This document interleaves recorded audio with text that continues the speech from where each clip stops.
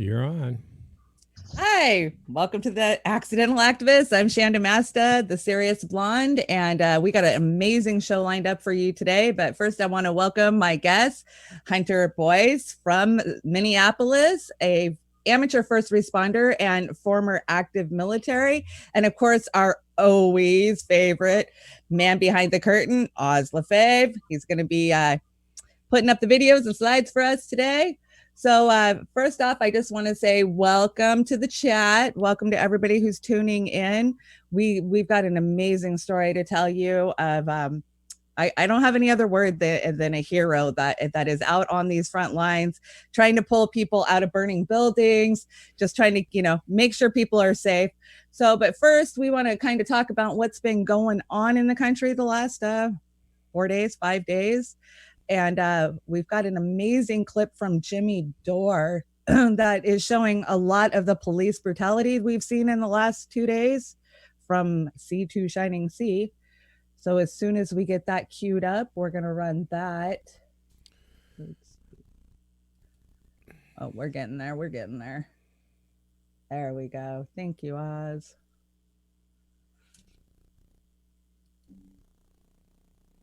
So look at this. So this is in, we were told where this is in Brooklyn. I thought so. So this is NYPD anyway. I don't know exactly where this is in New York City, but so then these people stop. So you figure the cop's like, all right, you got me. So what's the big deal? They're all there. You What's silly the big people. deal? It's daylight. And so this guy pulls up and he's like, no, look, I have to get home. I really have to go home. And that guy goes, me too. And then this guy goes, fuck it. That's shocking, no? This is pretty. Why are they doing that against people? How is this not shocking? How is this not? Oh, I'm sorry. That's another video. I accidentally went to another video of cops beating the shit out of someone in unison. Remember this video? Just start beating, and then they grab him, throw him to the other guys. They'll start beating the shit out of him, and we'll stop anyone who sees us doing it. And so here they just decide to run over people. You think I'm kidding? So what's this? These are people. These are someone's kids. These are mostly young people. These are someone's kids or whatever. And they're in his SUV. And they're like, fuck it. We're going to run you. Like, he could easily turn around. It doesn't look like anybody's assaulting them. Are you? This guy's like, fuck it. I got to go. And he just starts running people over. He's like, I don't give a shit. Look at him. And then this guy so when George Carlin, so they're there to protect the oligarchs. They're not there to serve you. And even if the cops don't know it, that's what they're there for. That's why they pick the dumbest people possible. If you're too smart, they get rid of you. I took the police test in Chicago. They never gave me my score.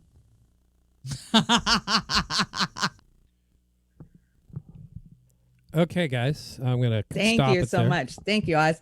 So I just wanted to run that, just give people an idea of what we're seeing across the country. But if you want to bring up my slide deck, we'll get into this story that I want to tell today. Thank you so much. So my guest today is Hunter. Hunter, thank you so much for joining us. Thanks for having me. So Hunter, you were on the front lines in South Minneapolis on Thursday night. And you can see the slide deck that's coming up now. I took these from the video that you shared, the live stream. The problem is Facebook is not letting us move that video onto YouTube. We tried every way we could. So I just screenshotted. So you can go ahead and pause it there, Oz. And I just want you to tell us about, going down there, who you were with, what your goal was going down there, what you were saying. Well, initially, I was seeing that there was, it had gone from a protest to more of a riot situation, and I saw that there were fires breaking out. And in my head, when I see, buildings ablaze, I think people are in danger. People, might need help. So I have a few pallets of water that I got for when the coronavirus first came around. And my initial goal was just to bring some water and some rubbing alcohol and stuff to the relief station that they usually have at protests and stuff like that. So explain to us these relief stations. These are not professional EMTs. These are just everyday people bringing their own supplies. Yeah. Just compassionate people who know that, people are going to be out there getting tear gas and hurt, and they get off their couch and go down there and set up tents and, label it an aid station, and they have milk and water and stuff like that in plastic bottles for people who get maced, and basic first aid gear. Yeah. That, that's how we help out. So this first picture that we're seeing here, this is the 3rd precinct. Is that correct? Yes. Yep. That's the 3rd precinct when they first started. When they broke through the resistant glass they have on the outside and started burning the plywood that they've set up to block up off the windows. So I watching your video for the first like 10 minutes of your video, and I hope people will go to your Facebook page. It's Hunter Boyce, and check out his live streams. But so I'm watching, and you're there with a couple of your friends, and you guys are very calm, and you're paying attention to the fact that there's people inside the building. And then I hear a man ask you to borrow your mask, your face mask. And you go, no, what if I have COVID? We can't do that. And he states to you that my friend's inside the building. And you see, I could feel your training kick in instantly. And you start looking around, and then you hand your phone off to a friend. And you say, here, film this. And you disappear literally for 15 minutes. For 15 minutes, we don't know where you are. Your friend doesn't want to leave because he's afraid you won't be able to find him. So he's just hanging out inside of this building while you're gone. Oz, you want to go to the next slide so we can just show how bad the fire was? Yeah. So this is the building you went into. Yes. So that 15 minutes that you were gone, what was going on? As soon as that dude was asking me for my mask, I thought that he was just trying to, get the mask so he could go in there and, help destroy the building or whatever. So I wasn't super inclined to let him use it because that's kind of just to keep me safe, But as soon as he said that there was somebody in the building, I went from trying to record what was happening to actively trying to, help anybody who needed it, just instinctively. Yeah, and you could see that. You could see that. Yeah. And I got to say, the whole 15 minutes that you're gone, their friends are asking where you're at, and your friends were so calm, and that just speaks to your character because they were like, we know Hunter's okay. We know Hunter is taking care of whatever he needs to take care of. So that just speaks to the personality that you have. Yeah, the first thing that I did was I ran into the front of the building, into the foyer, I guess you could say, and was calling into the building to see if I could hear any signs of anybody that was in danger. And I didn't hear anybody there. And then I heard somebody in the distance yell, "There's a door in the back." So I ran around to the back of the police station. And before I even got in the back door, there was someone that we heard up on the roof who was coughing really bad. So I encouraged a couple people to help me rip up a piece of the barricade and turn it sideways so I could climb up onto the roof and kind of help people down, used it like a ladder. So I got 2 people off the roof, and then after I did that, I jumped back down and breached the rear door of the police department and went into the stairwell and was getting the people that were in that part of the building out through that door. So I did that, for 8 or 9 minutes or something like that. It took me to get all that done. And then I came back around to the front of the building, and I was telling people that, we got everybody out. We went in the back, we opened up the back door so people could get out. And somebody was saying, "No, man, there's still somebody in there." Yeah. Yes. So Oz, will you take us to the next slide? The next slide is, I think, the most powerful. You can see it says Minneapolis Police. This is the front entrance with the foyer that you were just talking about. I think Correct. This is while you were still in the back of the building that this was taken.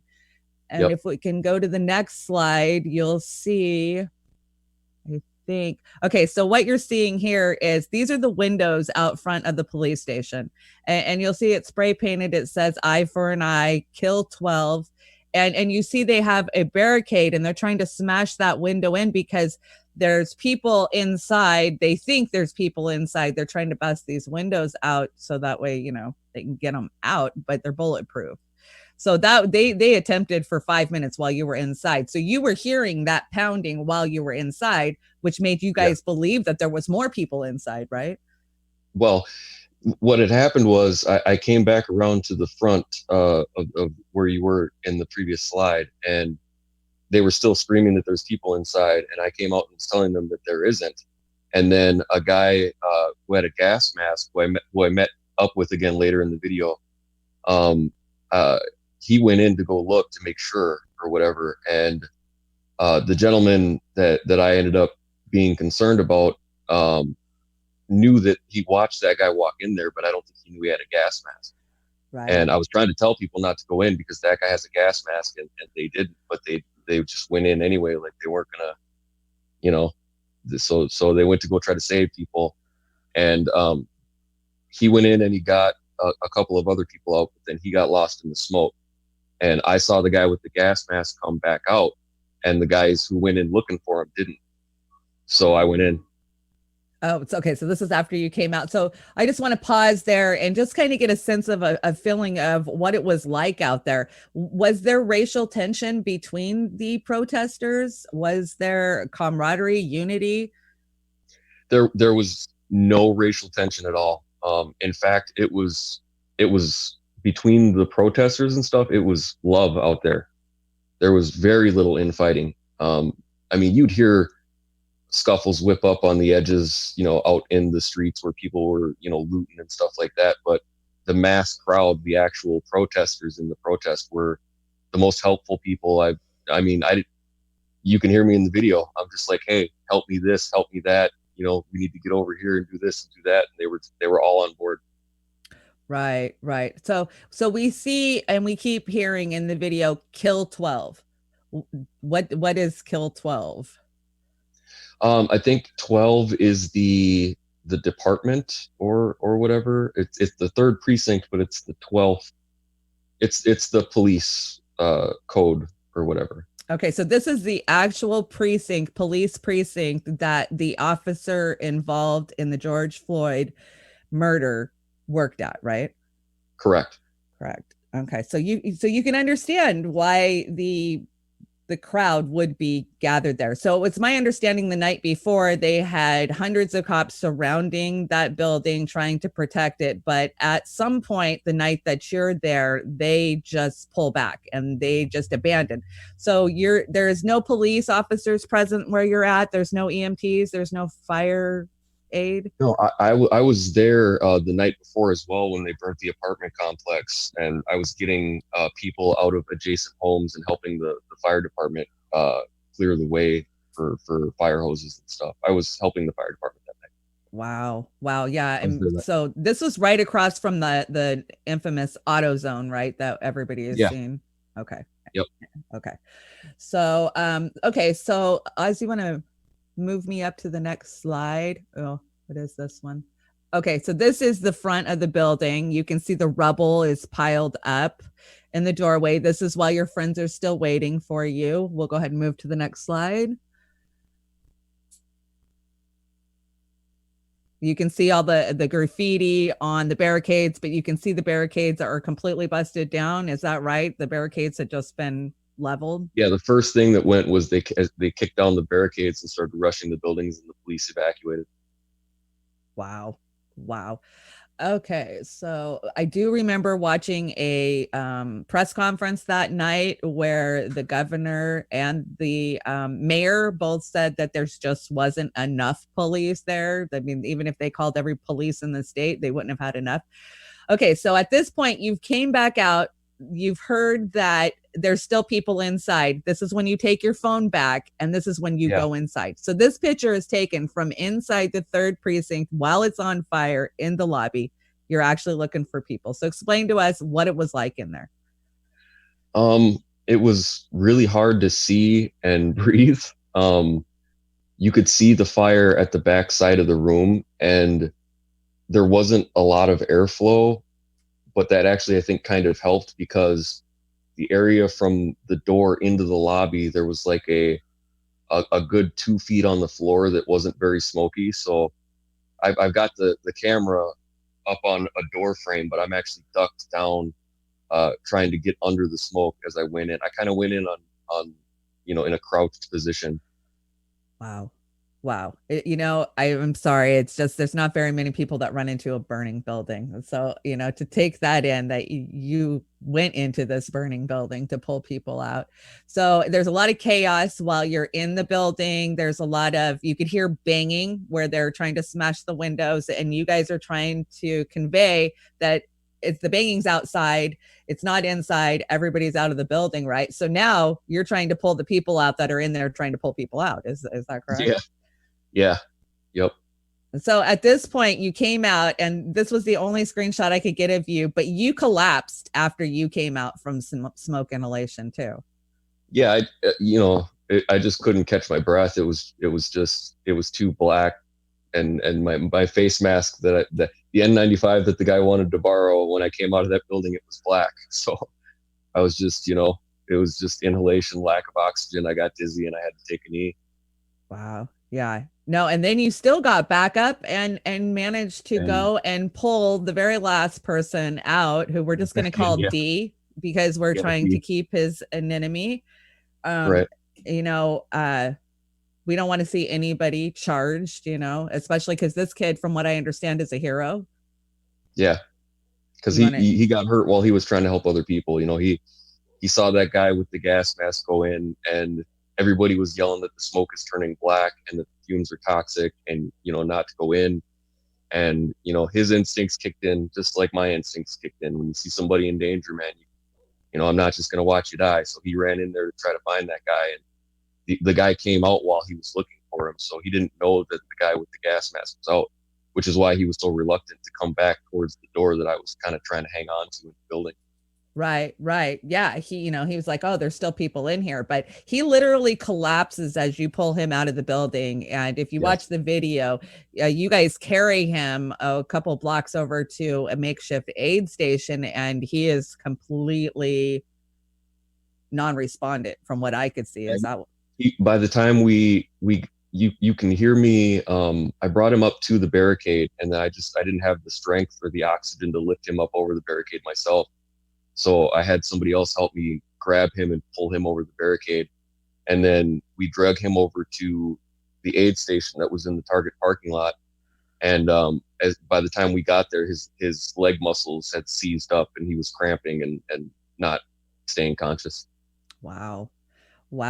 So at this point, you turn him over. There's people working on him. Some emergency responders come over, and they're trying to revive him.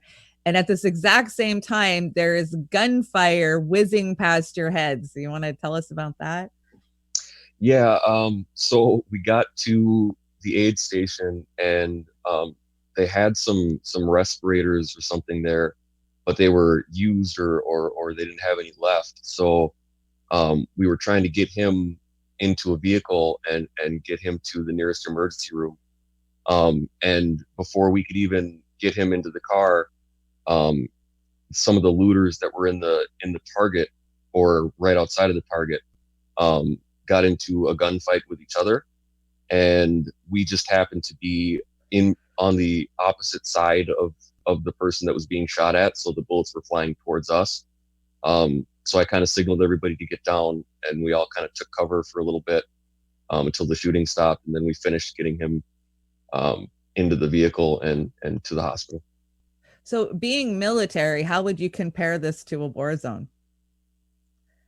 I would say that's exactly what I would expect, because the police aren't there. There's no fire, there's no paramedics, there's no city services. It's chaos. People are throwing Molotovs, fireworks going off everywhere, explosions, buildings burning. I mean, I don't know how much more like a war zone you can actually get without being one. Exactly. It's so, I'm outside of Seattle. So I was watching your video at, I don't know, 2:00 in the morning or something. And it was it's so profound to be in your home and to be safe and warm and to watch all these things happening, that I immediately reached out to you. Thank you so much for, hitting me back and telling us your story. So, you went home that night not knowing who D was, not knowing if he had lived or died. How did that feel? Yeah, it was one of the few things that was on my conscience. I we lost somebody else in the liquor store too, and we could hear him crying for help, but I wasn't in the area fast enough to get in and save him. So that was kind of on my conscience too. But because of the condition that D was in when we left him, I was really concerned, that he wasn't going to make it. Because I mean, eyes rolling back up into his head. They were doing rubbing on his chest bone to try to keep him conscious and stuff and breathing, and so it was pretty much all I thought about until I heard from him. So you did hear from him? Yeah, just a couple of days ago, 2 days after the incident, I kind of put out on Facebook that I was looking for him, that I wanted to have people call the hospitals or something and see if he had made it. Cause, just, the image of his face and him not being able to breathe like that, it was sticking with me. So I just really needed to know. And his brother saw the post and then told him about it. And then he sent me a friend request on Facebook and told me that he was okay and he didn't have any injuries. As soon as he started breathing again and got back to the hospital or whatever, that he recovered pretty fast. So that is amazing. I know you don't like being called a hero. You were just doing what you're trained to do, but you are a hero because we're not hearing these stories of people that are trapped in these buildings or people that are dying. The news is not reporting it. That's true. People are dying. I mean, they really are. Oh, we're getting some chats. Tiffany Decker says, "I'm so proud of you, Hunter." Thanks, Tiffany. Yeah. So, we know each other as fellow progressives. I'm a Bernie Sanders supporter. You're a Bernie Sanders supporter. So for the next few minutes, I just want to talk about, how we knew this was kind of what was coming, since we cannot get our elected officials to do anything for the working poor, people of color. Did you have a sense this was coming? I did. Absolutely. Honestly, I'm surprised it took this long. Right. I mean, George Floyd, the video of watching that man die is one of the most tragic things I've ever seen. And that incident was definitely a catalyst, that set off, an outrage that has been building up for 400 years in this country. Bernie Sanders was the only progressive option in the electoral field that was, had a real chance of winning. And what we have to choose from is more old white racist people again.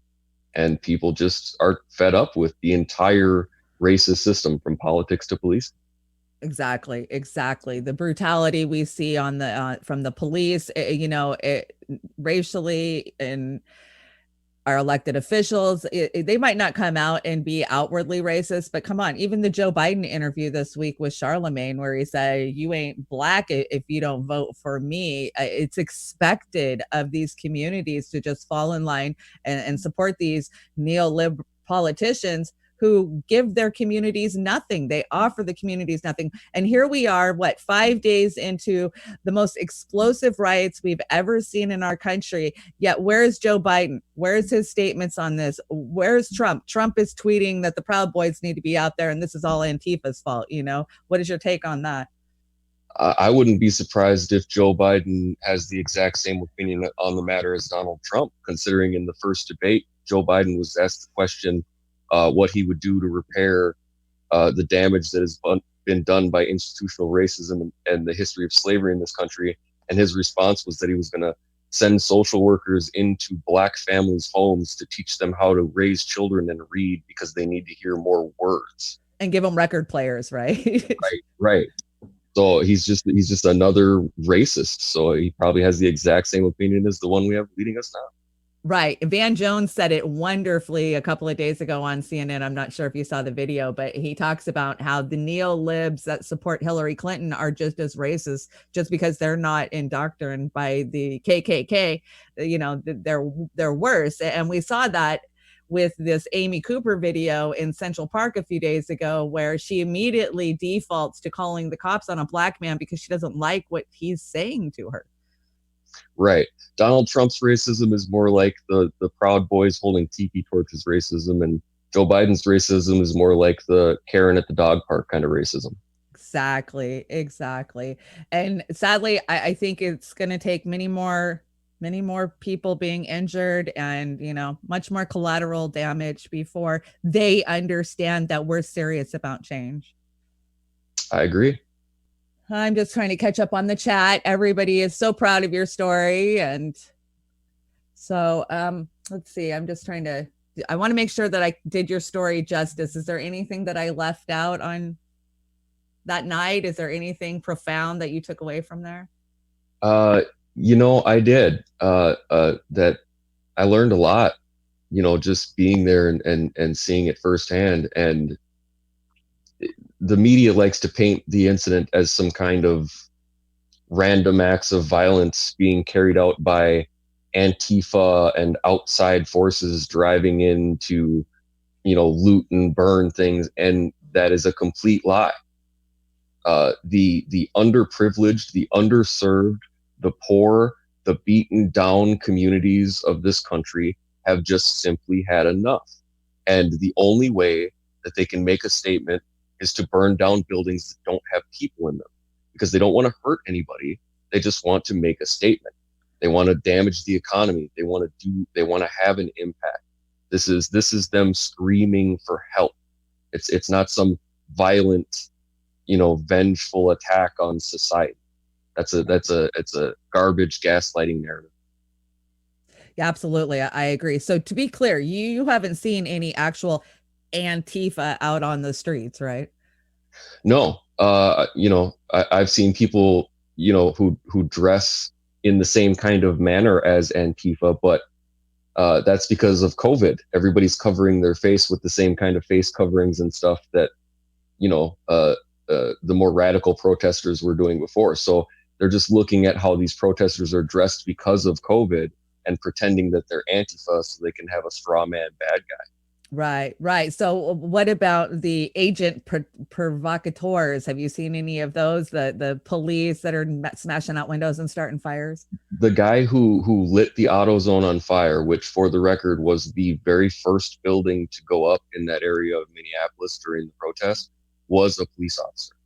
Right. And we have confirmation of that. Right? That we've all seen. Like you couldn't see his nose and mouth, but he's got very distinct brow and eyes that are unmistakable. And everybody there knew it was him. And then the protesters tried to confront him, like, hey, what the hell are you doing? Why did you do that?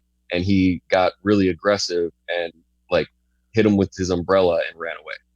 Wow. Yeah, we're seeing that over and over, these agent provocateurs, and not just in Minneapolis. We're seeing them in New York. We're seeing them in Seattle, and they have different things. Sometimes they have a red wristband on. Sometimes they have a white armband on. They definitely have a way of distinctively, noticing who's who in the crowd.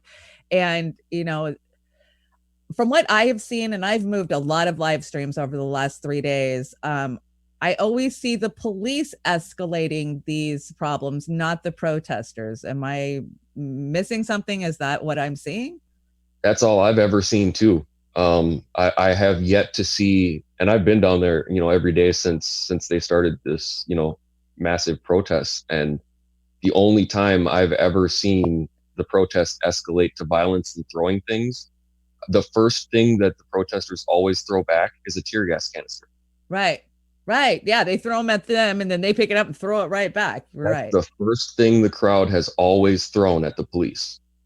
And then as soon as it's thrown back at the police, you can see almost an anger kick in on the police's part, like, oh, hell no, you didn't just do that. And then that's when they unleash their fury. Every time. Like clockwork. Yep, every time. So you've been down there, 4 nights in a row now? Yeah. What was the atmosphere like last night? Last night was completely different. We put on a bit more protective gear and gas masks and first aid stuff, and went down there. Just basically looking for smoke and fire and damage, because that's where usually the most people are being hurt. And we didn't see any of that happening that night. Like, there was no smoke pillars in the sky when we were there. but we couldn't even get to where the actual protest was happening at the 5th precinct because every single street was being blocked off by the National Guard, and the regular police, were driving up and down the streets in the immediate area and tear gassing everybody who was sitting on their porches. From their vehicles on their front porches, they're tear gassing innocent people sitting on their front porches. Yes, entire Where blocks are they supposed to go? In the house. That's what they were yelling from the police cars. You're violating curfew, and then they would shoot tear gas at them. Children, whole families sitting on the porch. Insane. I have seen video somewhat like that, but I didn't know exactly where it was. So what's the atmosphere been like since the National Guard has got there? It's been completely different. As far as the PM goes anyway, in the AM, when people aren't violating curfew, it's a legitimate, movement, protest, completely peaceful. But at night, the National Guard moves in and they lock the whole area down, and it becomes like a militarized zone. Right. So do you think that the National Guard is as aggressive as the local police? I think their presence is more respected, and it's discouraging the more radical people who want to do more damage from trying, because we don't have a beef with the men and women in military uniform down there. I don't get that vibe from the protesters. They have a problem with the police. It isn't soldiers putting their knees on people's necks and murdering them.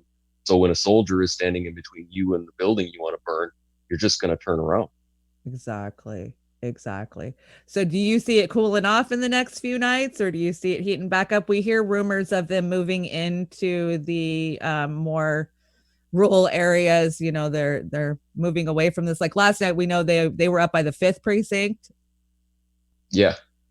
Yep. The 5th precinct is where the National Guard had locked down last night, but this isn't going to stop. The specific areas and the massive groups of people, if you start tear gassing them and moving the military in, they'll disperse, but they're just going to go out in small groups and do guerrilla warfare. America has had enough.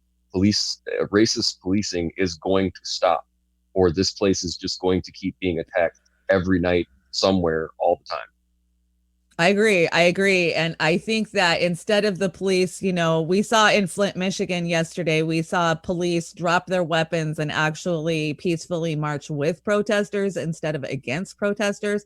I think that's what it's going to take to calm the situation in the country right now. But they almost seem to be doubling down. Do you agree? It depends on, where you're at, especially in the more racist areas and states. The police are divided on political lines, but there are some, like in Michigan, where they're marching right alongside the protesters, trying to show solidarity for real change.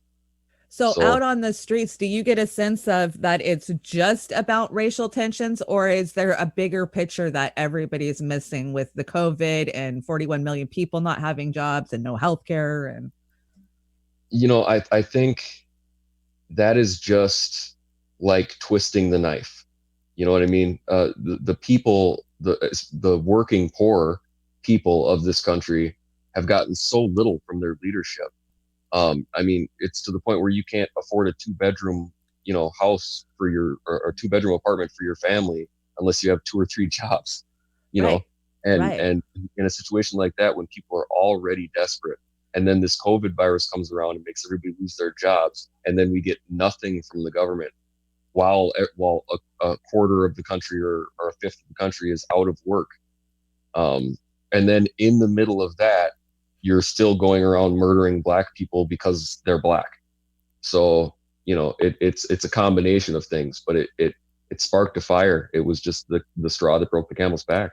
Yeah, I agree. The years of ignoring these murders, we've seen it time and time again. We could name the names, we need to name the names. My first memory as a child, when I was 5 years old, standing on my Aunt Kathy's porch, was watching a Minneapolis police officer run over a black man who was running away. Unfucking believable. The first thing I remember seeing in my life. Wow. Wow. So you grew up in Minneapolis. You've been there your whole life, right? North Minneapolis. Yeah, I grew up in South and North Minneapolis. I've gone back and forth. But I've spent the majority of my childhood growing up in Minneapolis. So is there racial tensions normally in Minneapolis, or is it just between the police and the communities? It's just the police. Honestly, Minneapolis, St. Paul, basically everything inside of the 494 circle of the Twin Cities is so progressive and integrated and diverse that, you know, racist behavior is just immediately, you know, called out and shamed.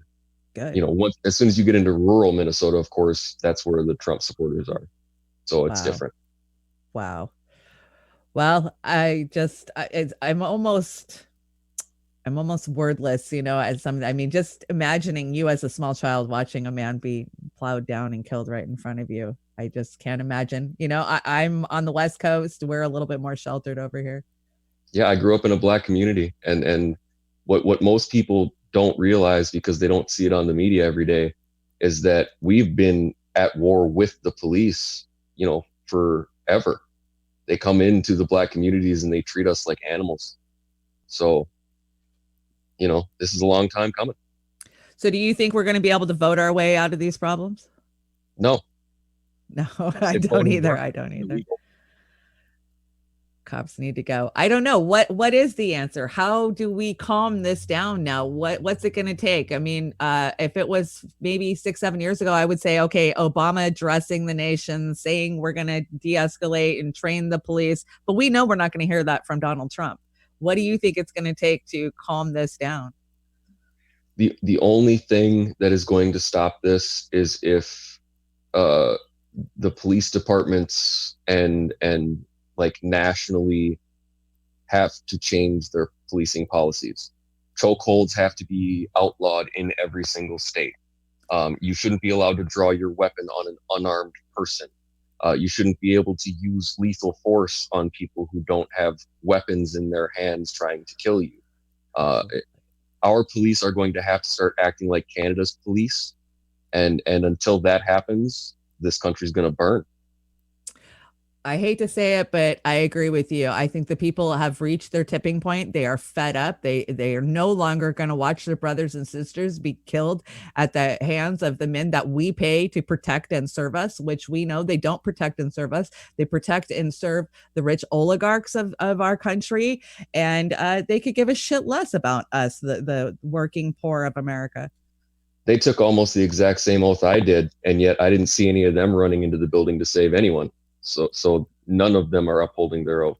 Absolutely. And you say that in the middle of your video. You say, somebody asked why you went into the building, and you say, because I took an oath. I don't just throw that away, you know, like. Yeah, it's forever.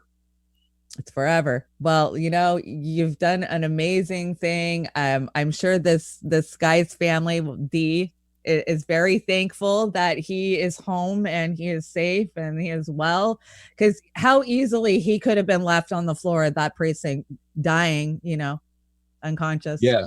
And the smoke was getting so bad that there was no way that if we didn't get him out right then, he probably wouldn't have made it. You know, he was at his last legs. Yeah. So I heard rumors that there was people actually trapped in the basement. Have you heard that? Yeah, I found out a little later that there actually was somebody trapped in the basement. He wasn't banging or making any noise at that point. Apparently what had happened is somebody got down into the lower levels of the building, and he wasn't able to make it back up. And by the time I had run into safety, that the gentleman in the basement had already passed away. He'd been in there. So people did die in the building that you pulled that guy out of? Yes, I believe that one person did pass away in the basement. And then there was another man. I ran over to the liquor store that was on fire to try to see if there was anybody in there, and it had been on fire for too long and I couldn't get in, and we lost another guy in the basement of the liquor store as well. So these are the stories that we're not hearing on the CNNs and the MSNBCs. You know, they're not on the front lines reporting. It's citizen journalists, it's everyday people with their cell phones like you that are bringing us these stories. And that's why independent media is so important. You guys, please hit those like buttons, you know, share this video out, get Hunter's story out there. People need to know that everyday Americans are on the front lines trying to help each other, you know, during these insane, trying times. And it's up to us to protect our brothers and sisters, because we sure know the police aren't going to do it. Yeah, exactly. I just, you know, if there's anything I could say to everybody, it would just be, you know, don't hesitate to help. When you see that there's a protest, when you see that things are on fire, when you see that things are going south, you know, anything that you can do, even, you know, just being at the aid station to help treat cuts and bruises if you're willing to, because the paramedics, the police and fire, they are not coming to help. We are all yeah. Which you can't blame them. I mean, you know, are they paid to go into a riot zone? I get it, you know, especially if the police are telling them to pull back. So, you know, we've seen video of Black men encircling even a single police officer who got separated from his group and protecting them. We also hear that they want the white people to be on the front line so they can take the first hits. You know, as a protester who's been out there, what are you seeing? And do you agree with these tactics? I mean, you know, realistically, even the fact that that is a suggestion is proof of what the problem is. Exactly. If people are thinking, hey, wait, maybe we should put the white people in front so they'll stop beating and tear gassing us. The fact that that thought even came to your mind is the problem.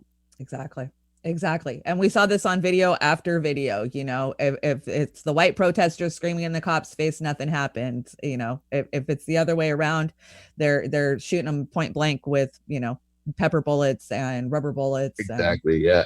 And it is the responsibility of, you know, my white brothers and sisters to be out there in support of the, you know, the Black community. Right.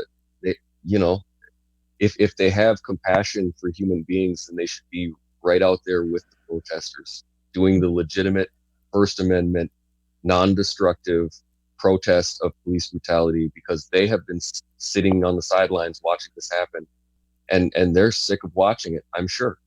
Right. I'm angry. I'm mad. You know, I'm, you don't get much whiter than me. And, you know, I try to be supportive, not try to dictate how they need to be protesting, what they need to be doing to change the narrative.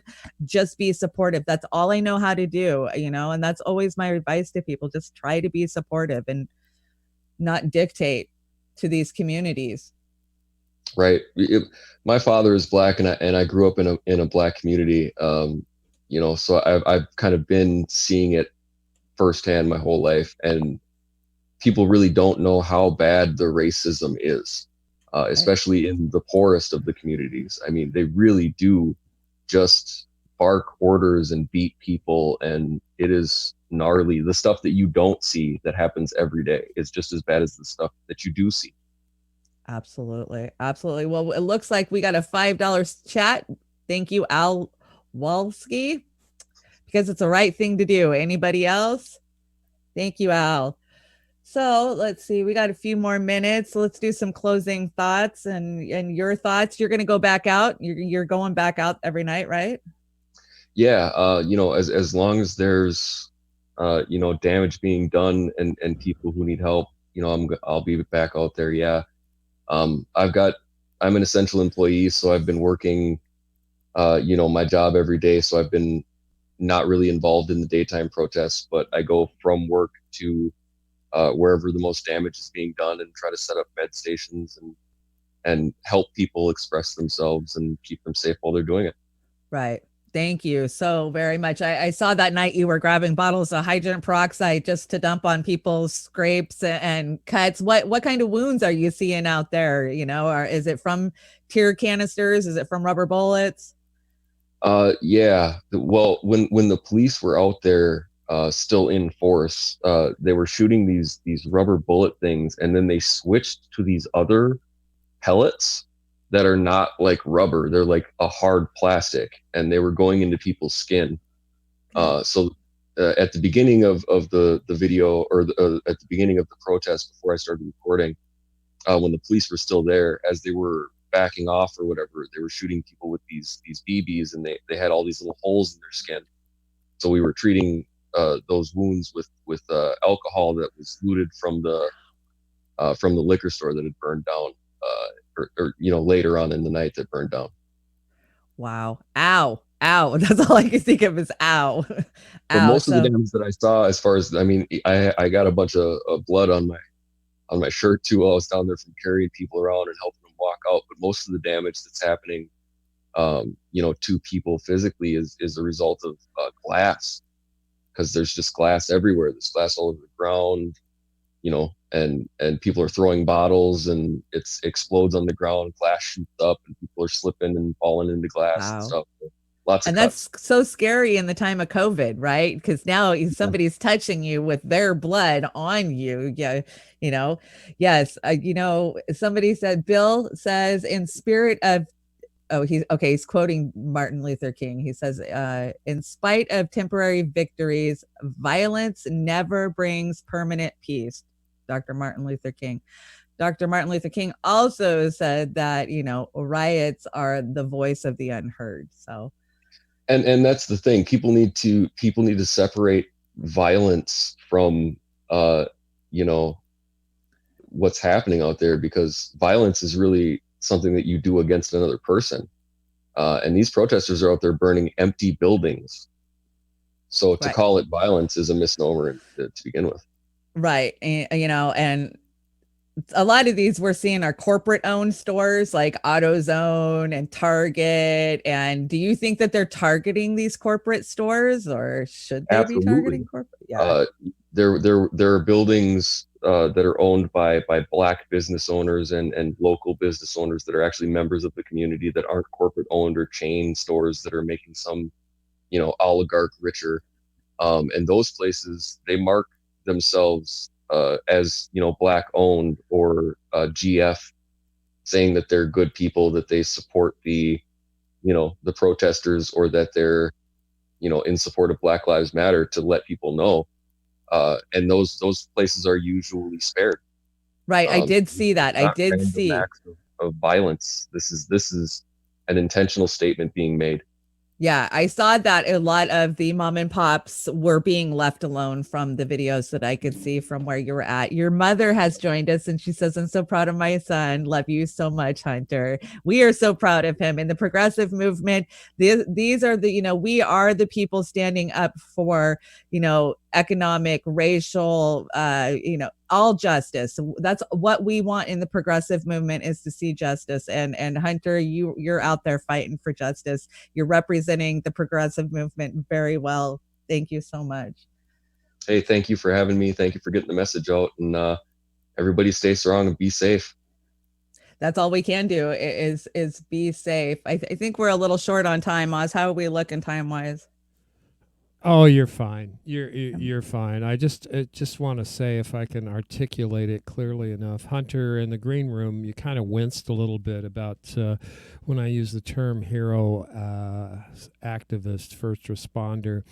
And I just want to tell you, your character, just by that and the way you're parsing things, I know you're a modest guy and you're humble, but you know what? The character that you exuded by just reacting to a horrible situation is what courage is all about. You are a hero. So take that in and keep doing what you're doing, because heroes like you are in such high demand these days. Your moral ethic and everything. And I know I'm just I'm saying this from the heart, and I'm sure, and it looks like most everybody in this room agrees, you deserve this title. You did what humans should do for other humans and other inhabitants of our planet. I just wanted to say thank you from my heart, and I'm sure I speak for most everybody in the group. Thank you. Absolutely. Thank you, Oz. Oz and his infinite wisdom coming from God. I know you can't see him, but he's our amazing engineer. Most of the chat knows him. So, thank you so much, Hunter, for coming on. I think we're going to end just a little bit early, so that way I'm not drawing this out. Is there anything left that you wanted to cover, Hunter? Nothing in particular. Just change has to come right now, and don't give in, don't give up, stand strong. The peaceful protest, the marching. There are people in London holding signs, saying George Floyd on them. The entire world is trying to shove off the disgusting coil of racism right now. So keep it up, stay strong, power to the people. Power to the people. Yes. No justice, no peace, right? So I just want to say thank you to the incredible chat. You guys are always amazing. You're always coming in with great questions, great support. Let's see, what do we got coming up, Oz? I'm trying to think. We got the Daily Dive tomorrow at 10 a.m. Pacific Standard Time. You can catch them Monday through Friday.